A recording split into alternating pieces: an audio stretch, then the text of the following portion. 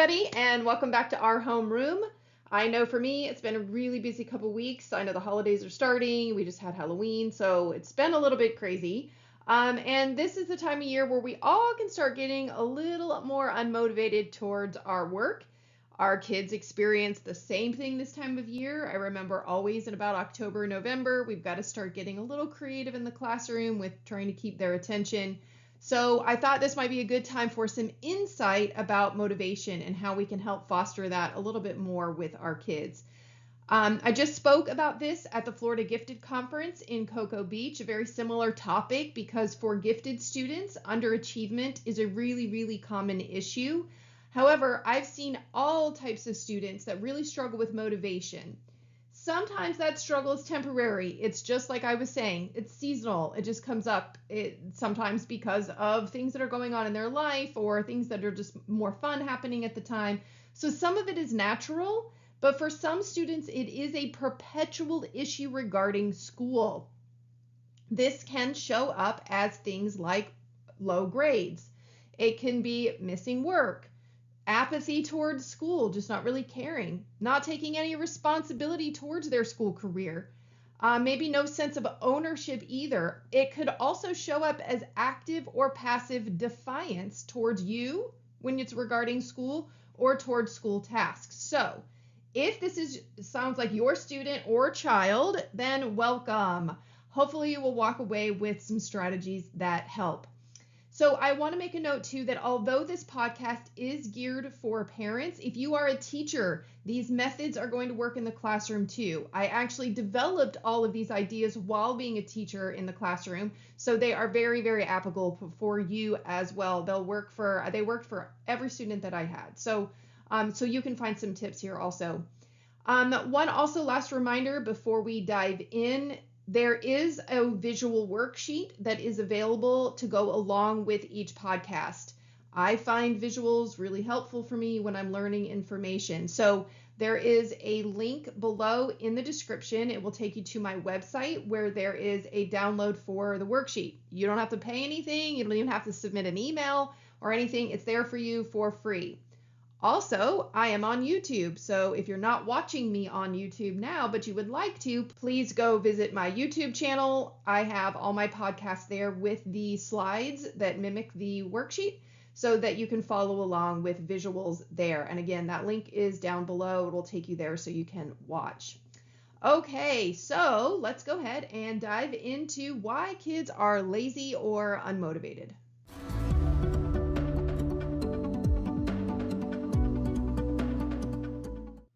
Before we dive too far into the content, I do just want to make a very important note. In school, if you are seeing your child perpetually struggling with motivation, perpetually struggling with keeping up with their grades, keeping up with homework, like they just seem to be drowning in school, there may be another issue going on. So for some students, these are signs of a learning disability or mental health struggle, something like that. So please do not just ignore these signs. Talk to the teacher first. Once you've talked to the teacher, you can then determine, is this a situation where they're struggling in school for a legitimate reason, or is this simply a behavior problem?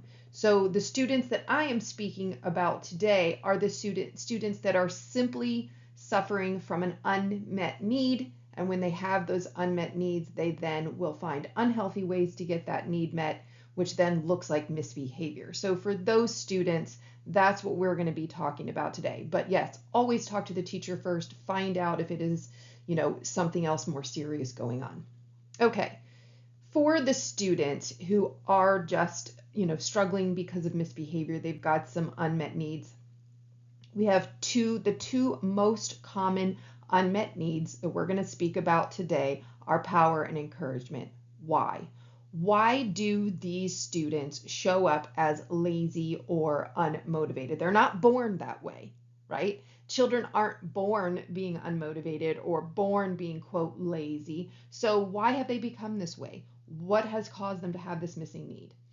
So usually you'll see this show up in two different ways. Fighting back because they need power, or giving up because they need encouragement. So let's talk a little bit about both. So for our students who are fighting back, let's get into the details of that. They have that missing need of power. Why? Because they are told what to do a lot. So if you think of relationships, and what I teach about relationships is the two biggest areas that we need to have a good, balanced, successful relationship are boundaries and belonging. If someone doesn't have the need of power, it's because they're missing reciprocated boundaries. They don't feel that the other person in the relationship is giving them that independence that they need, the space, the power, personal power, control. If you think about the relationship that children have with the school, right? Schools do not allow children to have a lot of choice or control or power over their education. They are pretty much told what to do, when to do, how to do it from a very, very young age. They want more power, they want more control, and they don't have it. So that's a very frustrating situation. Then if you add on top of that, parents who when they get home are also telling them where to do homework, when to do homework, how to do homework, what grades they need to be getting, what classes they need to take. It's no wonder that our very strong-willed children will start to fight back either in active or passive ways. So they are feeling like they're being told what to do too much, and they're going to start fighting back because they have needs for their own power, their own control. They also want to be seen as capable. And when everyone is telling them what to do and bossing them, to them it seems like people must not think I'm capable on my own. So those kids can get frustrated, kind of dig in their heels. Active power might look like literal defiance. They're telling you no, they're telling the school no, they're saying they're not going to do their work. It can be active defiance. It can also be something very subtle in there, just digging in their heels. Their grades start to go down and you're wondering why. And they're just kind of showing that I'm going to do what I want to do because this is my schooling, even if that means their grades go down. That is an unhealthy way to get the power need met. But that need for power for those children is more important than their need for good grades or your need for good grades. Like their need for power, they are prioritizing that at the expense of their grades. And that's when it becomes a problem. So how do you know if your child, if it's the power seeking child, if it's the child that needs power, the child that is active or passively defying, then those feelings are going to show up as you're going to be feeling challenged by these students or children. You're going to be feeling angry. You're going to want control. Most of the time, what happens when somebody is trying to get control and they're defying and they're disobeying and they're not doing, we tend to want to over control. So we'll rise up and start trying to control them. You also might get into fighting. If it's active defiance, you and your child might be actually fighting. So if it feels like a challenge, if it feels like you want to fight back, if you feel like you want to control, that's because that's how they're feeling. Remember, we set humans up to feel how we feel. So the way you're feeling towards your child is also the way your child is feeling. And that is what helps us to interpret that misbehavior as a need for power. However they feel is similar to how you feel. You use those feelings to say, oh, if I was feeling that way, yeah, I'd probably need some power and choice. All right, the second reason that some children struggle with being, quote, lazy or unmotivated is because they have given up. They have given up because they have a need for encouragement that is not being met. It is perpetually not being met. Why are they not feeling encouraged? Where is this coming from? A lot of the times it is because the parent has been overdoing for that child. When a parent overdoes for someone, for their child, it appears to the child that the parent must not believe that I can do it, so they have to do it instead. So that child eventually, they might try to fight back for a while and then maybe eventually give up. Their parent is just going to do it anyway. Their parent is just going to do it better than them anyway. So then why bother? Which can start a vicious cycle because then the child gives up, which means the parent steps in more, which means the child steps back more. It can become a very vicious cycle. Also, sometimes in the family or in the school, there's too many high expectations. If in the home there is a parent or another sibling who is a high achiever, and they're getting excellent on everything. Their grades are always good. The other child may feel inferior, that they will never live up to those expectations. So then why bother? If I look like I can't do anything, then, and if I just avoid doing anything, then I will get out of looking like a failure, because looking like a failure is much worse than just looking like someone who doesn't know or can't do something. So if there's too high of expectations, or they even suffer from perfectionism, those kinds of things can be intimidating to those children. And again, they'd rather give up or look that they can't do than fail. These children have a strong need for their own sense of confidence. They need to see their own strengths, to have faith in themselves. They might need baby steps for success because it looks overwhelming. Or they might, if they don't get those things, they're just going to stop trying, because if they don't see baby steps to success and it looks like one big leap to get over to where they need to be, why bother? So, if this is your child, if your child is missing encouragement, the feelings that you're going to be feeling, you may feel helpless. I've done everything, I've tried everything, and my child still just seems to be giving up. Hopeless. You may lack confidence in your child. It's been so long now that you've been doing so much for them, they haven't stepped up. You've completely lost confidence in them. You've also lost faith that they could ever change it around. You don't see that even as a possibility. So if you are feeling that, remember that that is mostly probably how your child is feeling. They've lost confidence. They've lost faith in themselves. So that is how you can determine between whether it is a missing need of power. You're going to feel more challenged. You're going to feel more like controlling. And then if it's giving up, if they need encouragement, then it's going to be more a helpless or hopeless feeling.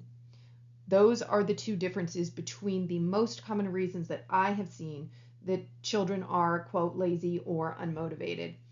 Next, we're going to go into a little more detail about each of those. So let's get to that.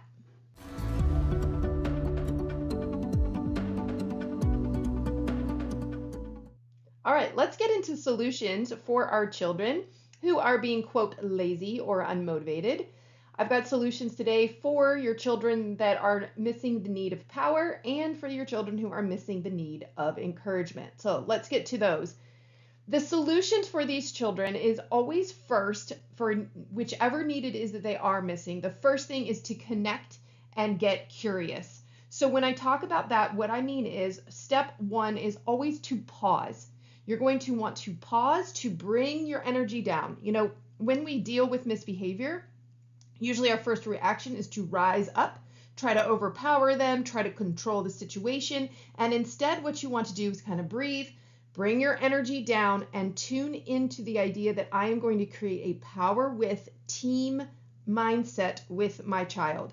That it is us, my child and me, against the problem, not you versus your child. Because as soon as you make it a you versus your child, there's power struggles emerge from that, rebellion. If you and your child aren't against each other, your child doesn't have anything to rebel or push against. So you want to kind of alleviate that by getting on the same team with them as much as you can. So changing your mindset, literally bringing your energy down, tuning into this idea of, is it us? This is us against the problem. So that's step one. Always pause and get into this power with mindset. Number two, you're going to be curious about your feelings. Remember I had said earlier, your feelings are the clue to what the missing need is. So what are your feelings? Because whatever your feelings are very similar to their feelings. And then that can help you pinpoint whether it is power or encouragement that they are needing. So step one, pause, get into a power with mindset, an us versus the problem. Step two, be curious about your feelings, and then pinpoint whether those feelings are telling you they need power or encouragement. Once you've decided that and you're saying that, oh, it is power, you're going to provide choices for those students. If it is encouragement, you're going to provide cheerleading. So let's go into what choices means for our children who need power. Choices can be limited or open. So you're going to limit your choices if there are things you're not comfortable with or if there's safety reasons. For instance, if you have a child at the grocery store, you can't just say, well, how do you want to walk around the grocery store? You're going to have to limit them to, you either need to sit in the cart or you need to stand and hold my hand. Those are your two choices. Which would you like? So you can limit your choices with our younger children, but you can also have open choices. So for our older children, it's okay to let them choose from a wide variety of options. Let them choose freely what works for them. So some examples of choices you can provide your children that don't really harm anything is where or when they do homework. That is a huge one. Where are they going to do it? What room works for them? Again, you could limit the room choices, or you could let them choose from the house, anywhere in the house. And when they do homework, after school, after a break when they get home, after dinner, before bed, let them make some choices on that homework, and then that will give them just a little bit feeling more control at home on their schooling. Another big one is how they organize their backpack. You may not like the way they want to organize their backpack. It's going to be messy. There's going to be garbage at the bottom and all kinds of things, and that's fine. I have seen that's almost every backpack I've seen in elementary school. They were a mess. A few children are really organized, but most of them are a mess. But if you're stepping in and telling them how to organize their backpack, that's taking their power away, and it's just going to cause power struggles and fights between you two.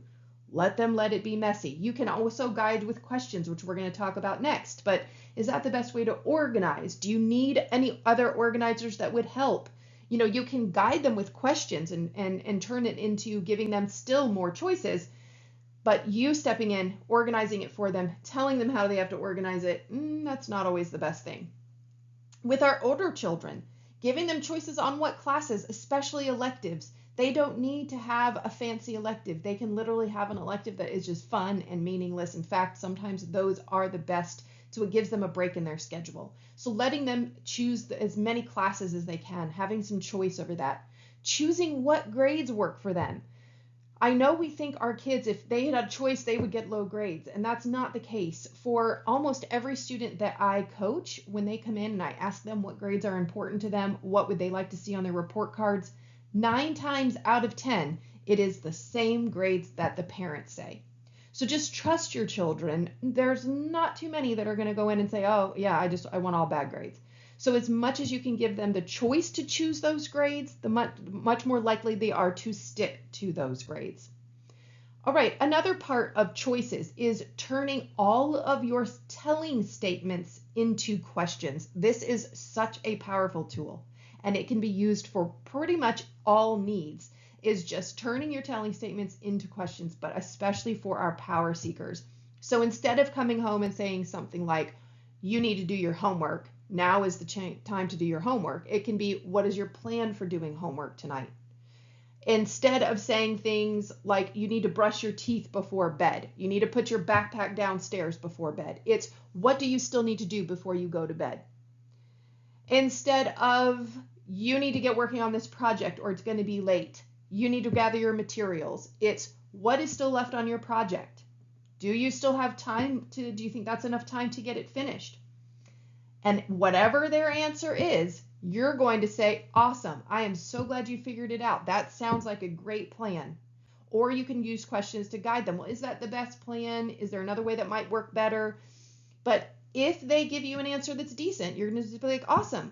Even if the back of your mind, you might be thinking, I don't know how that's going to work out. Try to be supportive of the next important thing when it comes to giving choices for our power seekers is letting them make the wrong choice.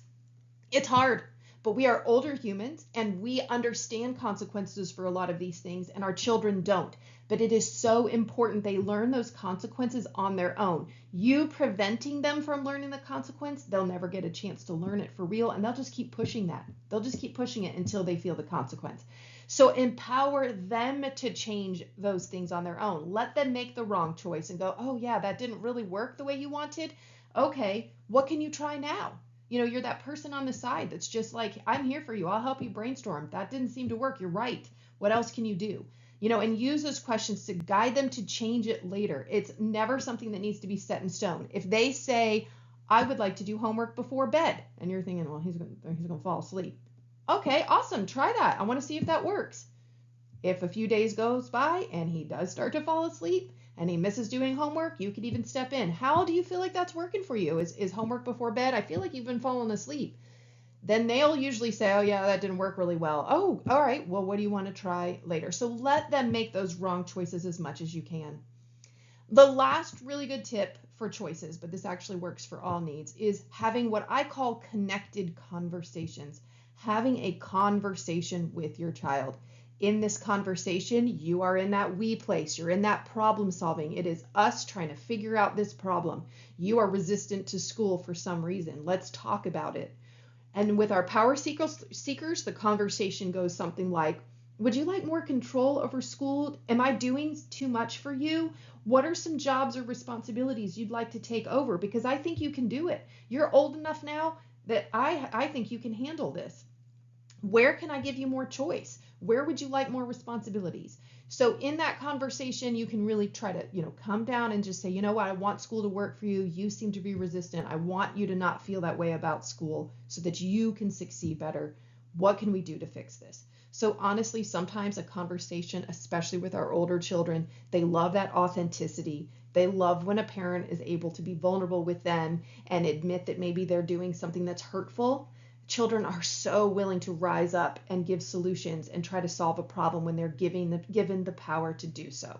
So connected conversations cannot be overstated. They are a great, great solution. All right, let's move into our children who are struggling with encouragement and that they need cheerleading.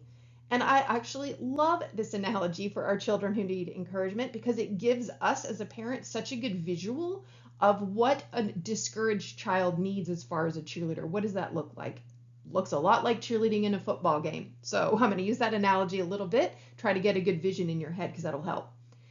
So the first thing to provide cheerleading for our kids who need encouragement is to focus on strengths, to focus on the positive. Cheerleaders are there rooting you on, telling you you can do it, believing in your skills, all of those things.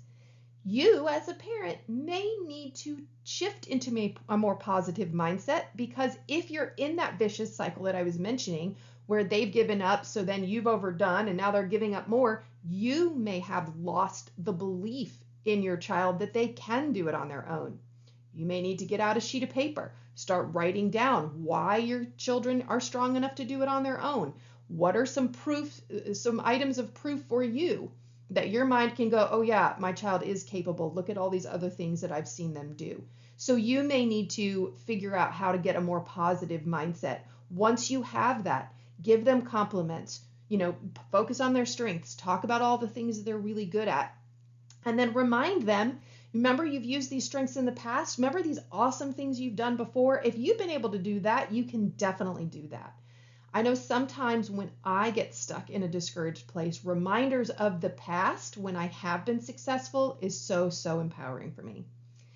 And then the last thing to remember when you are cheerleading is to stop comparing.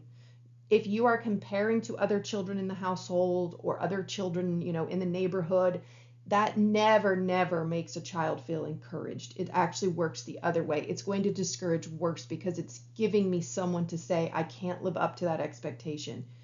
So the second thing to do when you have a child who is suffering from not feeling encouraged is to provide baby steps. So if you think about a cheerleader on the sidelines giving their cheers, some of those cheers, if that football team is on the 1 yard line and they have to get all the way to the goal line, those cheerleaders might not say, get the touchdown now, but they might tell them 1st and 10, right? They're going to break those goals down into something that is doable, something that the team probably could get 10 yards. They might not be able to get 99, but they could definitely get 10. So your children who are suffering from being discouraged may need someone to break those goals down. 99 yards might seem way too big, but 10 might be something they can accomplish. So for instance, when it comes to school, maybe if your child always has 10 or 15 missing assignments for every quarter, maybe you just say, let's try for 5 to 7 this time. So less missing assignments. Maybe it's just a weekly goal of a missing assignments. All right, you've got 5 missing assignments right now. How about by the end of the week, let's try to only have 2 left.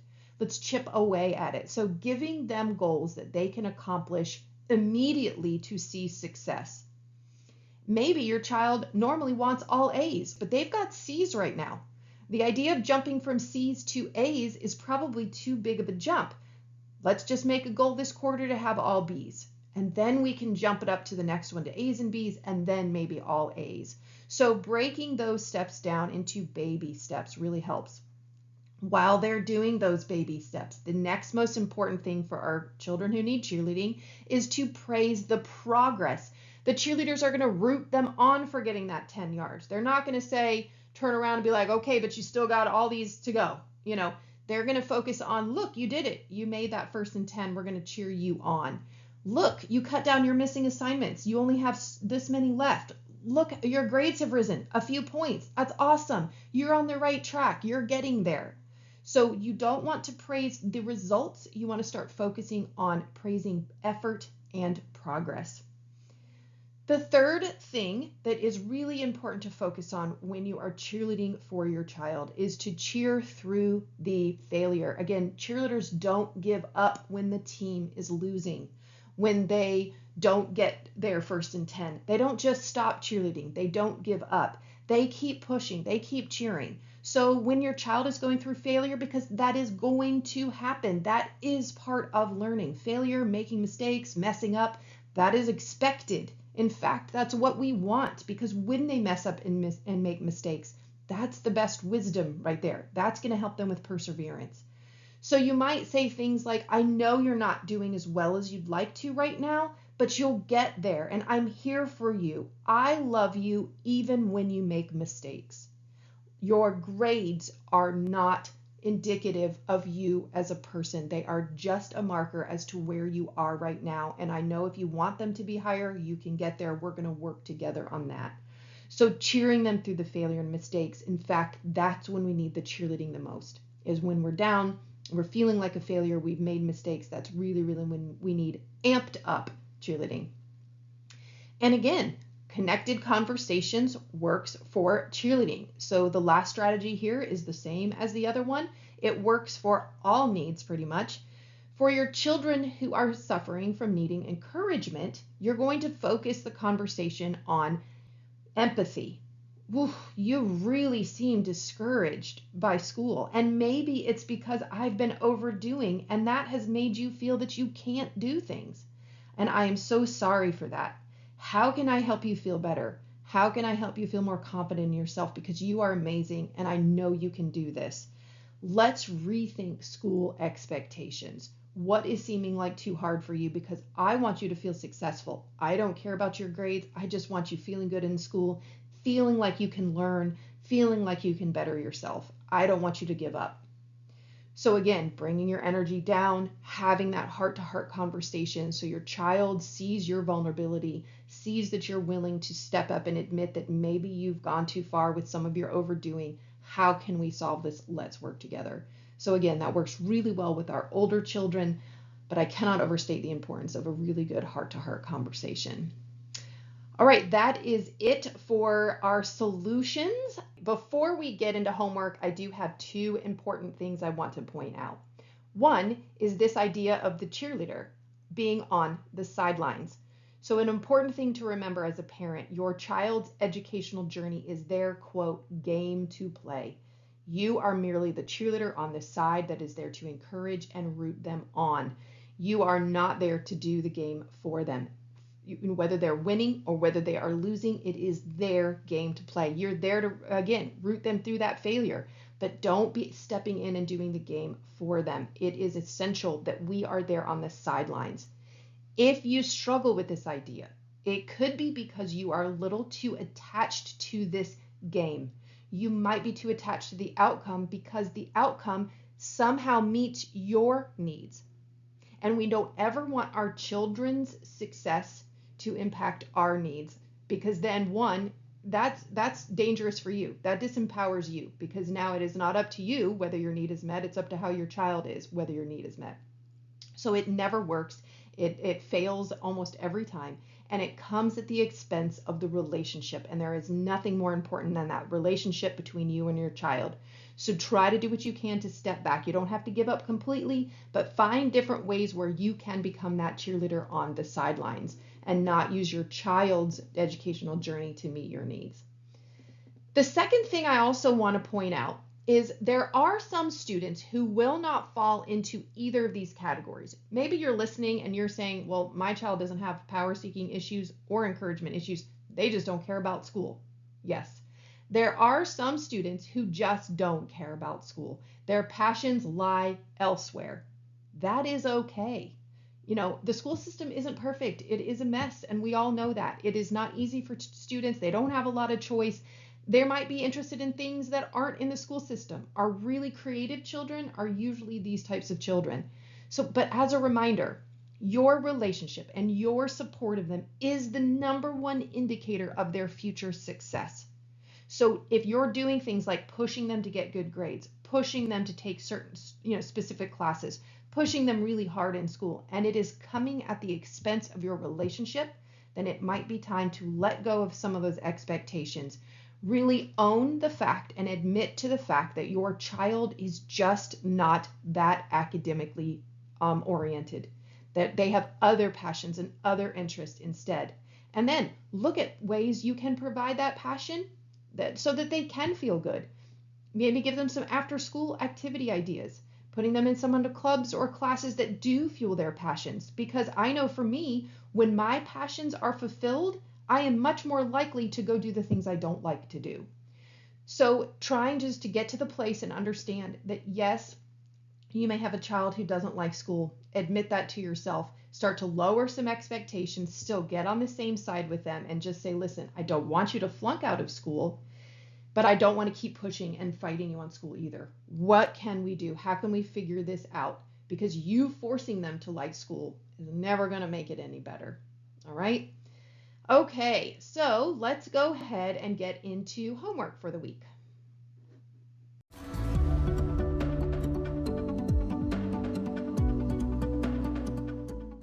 All right, homework this week is just 4 simple questions to get you thinking about how to connect, how to get curious, how to use choices, or how to use cheerleading. So let's get into the first question. What are some ways that you and your child could get on the same team so it is us versus the problem? This may take some rethinking for you. But the first thing to think about is, again, bringing our energy down from into this headspace of feeling like we need to control, coming from a place of fear, worry, stress, bringing the energy down, trusting that this will work out, trusting that everything's going to be fine, and getting your energy down more into your heart and body space. When we are in that space, we're able to be more empathetic. We're able to then, again, create a power with. Not a you versus your child, but an us versus the problem. So do what you can to try to think about how to do that. How are you going to get yourself in a mindset that you're on the same team as your child? Number 2, when you are seeing this misbehavior, when they're behaving this way, how do you think your child feels? Using curiosity to focus on your own feelings, how do you think your child feels based on those feelings? And then if you were feeling that way, what would you need? Which means, what is it that they may need? So just starting to, again, disengage from the misbehavior, take it as a clue. That's all it is a clue. It is not to be taken personally. Pay attention, be curious about your feelings, their feelings, and then pinpoint what that need might be. Once you have figured out that need, number 3, what are your most common telling statements, and how could you change those to questions or use choices to promote ownership? So what are some of your most common telling statements? You know you have a few. We usually always have 2 to 3 questions or statements that we like to tell our kids all the time. Little lecture-y things we like to say, whatever. Can you take any of those statements and start figuring out how to turn them into a question? When you do that, remember, it empowers your child to make that decision. It empowers them to come up with the answer. It also assumes, they can assume then from you asking them the question that you think they're pretty capable. You think they can figure it out. So asking questions is such a great way to do that. Can any of your telling statements become choices? Is there anything in those statements that you're telling your children all the time that you're especially seeing fighting from? You may be seeing some passive or active defiance. Can you turn any of those things into choices? If you're seeing your child really fight about doing homework, okay, let's figure out a really cool place you can do your homework. You want to set up a really cool space in your desk. Can we get you a more comfy chair? So what are some choices and voice that they could have in those things that you're really starting to see that power struggle show up? And number 4, for our children who need encouragement, what are some of your child's strengths? Really start thinking about that. And how can you let them know that you see those? You see their strengths, you see how wonderful they are and how capable they are, and therefore how much you believe in their ability. And then how can your expectations be lowered for the next week or so that they can find success? What are some things you can let go of? Just bring things down and just, it's okay for the next week or so. Let's not stress about getting perfect grades. Let's just stress about getting your grade up from a D to a C. So what kind of expectations can you lower? All right, so those are the 4 questions you can think about to help your child, help connect with your child, be curious about what it is that they need, and then either give choices or provide cheerleading for those children.